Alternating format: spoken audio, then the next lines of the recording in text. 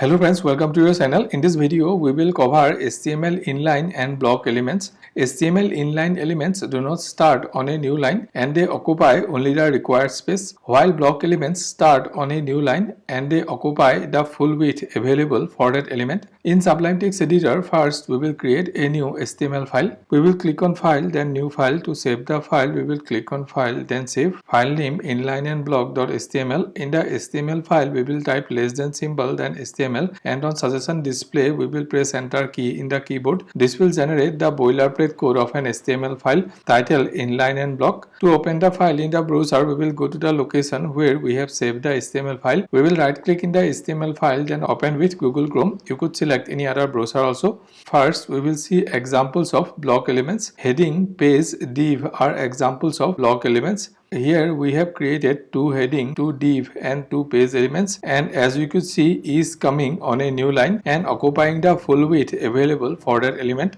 Now we will see examples of inline elements. Inline elements do not start on a new line and they occupy only the required space. Anchor and image tags are examples of inline elements. So we have created two anchor tags. You could see they are coming on the same line. Now we have created two image tags and they are also coming on the same line. Thank you for watching this video. I keep uploading videos like this regularly. To keep watching my videos, please subscribe to the channel and like and comment in the video.